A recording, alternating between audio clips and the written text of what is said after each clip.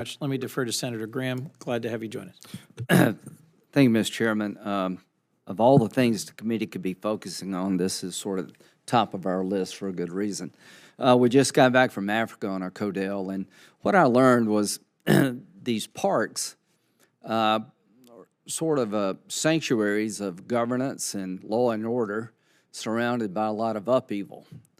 So if we're up to me, I would have a string of parks, conservation parks all over Africa, because it may be the only place a community can reside with some level of peace and certainty in terms of the rule of law. Do all of you support the U.S. Foundation for International Conservation Act introduced by Senator Coons and myself?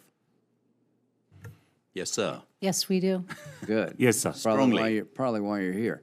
Now, the goal of Chris and myself is to create a public-private relationship where the private sector sort of leads and puts their money where their mouth is, collaborating with the United States government and other people, hopefully other governments, to make sure that these parks are well managed, that we deal with poaching by force, and that the communities surrounding these parks benefit. Mr. Steer, is that right? Dr. Steer? Absolutely right, Senator. So, we believe this initiative is a very good one. The way you describe it is absolutely right, and there are certain components that will make this very successful. It's if the private sector, as you say, comes in and works together with the public funding, if the emphasis is on long-term, if we think precisely the way you're talking about good governance, but also thinking about citizens who live outside the area who maybe are not able to get the incomes they used to get before. So we've got to be pretty imaginative in order to make sure there are alternative livelihoods. And then we need to monitor very carefully. We now have the capacity using satellite technology to see almost every tree falling. That is very, very valuable information, and we need to be very disciplined. We in the Bezos Earth Fund are very highly engaged in that space, and we are very interested in partnering with you in this new proposed fund. well, Dr. Steer, I appreciate that, and to other groups like yours, I'd love to work with you. The goal here, I guess, is to have the local community feel like the park is an asset. Is that correct, everybody? They're nodding their head. Protecting the animals is better business than allowing them to be poached. Everybody's nodding their head, right? Yes, absolutely. Before your arrival, we discussed the importance of community engagement. Couldn't agree more. Yeah. And so when we collect fees for people who visit these parks, we want to make sure that the local community feels the benefit of that. Is that correct? Yes, sir. Okay. So, So what I would suggest to my colleagues in Congress, if you want to do something to bring about better governance and a semblance of the rule of law in this part of the world, in these ungoverned spaces, the parks are your best opportunity. Dr. Steer, the Africa Parks, are you familiar with that group? yes, indeed. Yes. Okay. Yeah. So yeah, we believe that they are very expert. I mean, in Africa, there are some very, very good groups. Some are international, non-governmental organizations, many based, their headquarters in the United States. But let's explain for the public if we can. Mr., how do you say your last name, sir? Sebunya, sir. Okay, so let's walk through real quickly how this works. A group called Africa Parks will take over the park. They will provide security, is that right? That's correct, sir.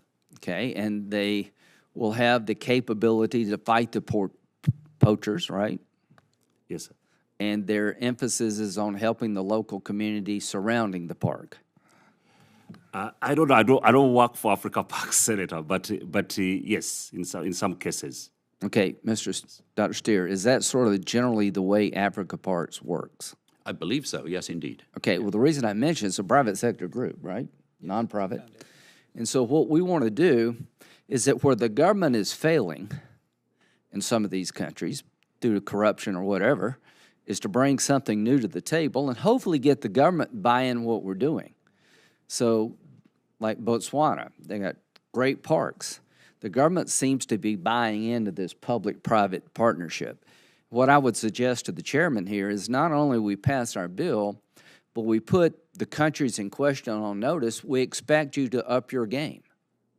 We expect you to make sure that the money being generated for all this activity, some of it actually goes to the people.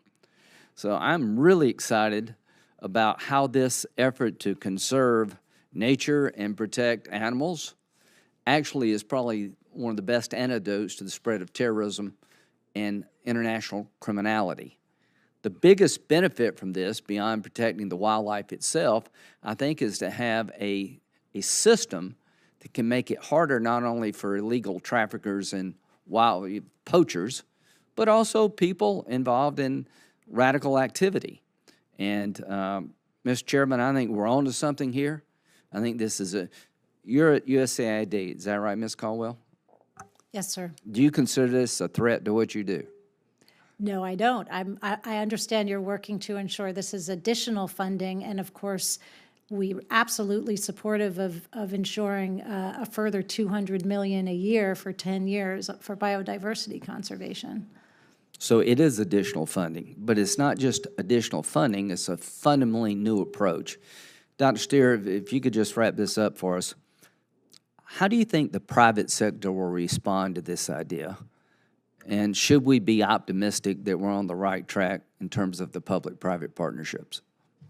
I think the private sector, both the philanthropic private sector and even the for-profit private sector, would respond very, very well to this. And the reason for that is that we are more effective if we work with the public sector.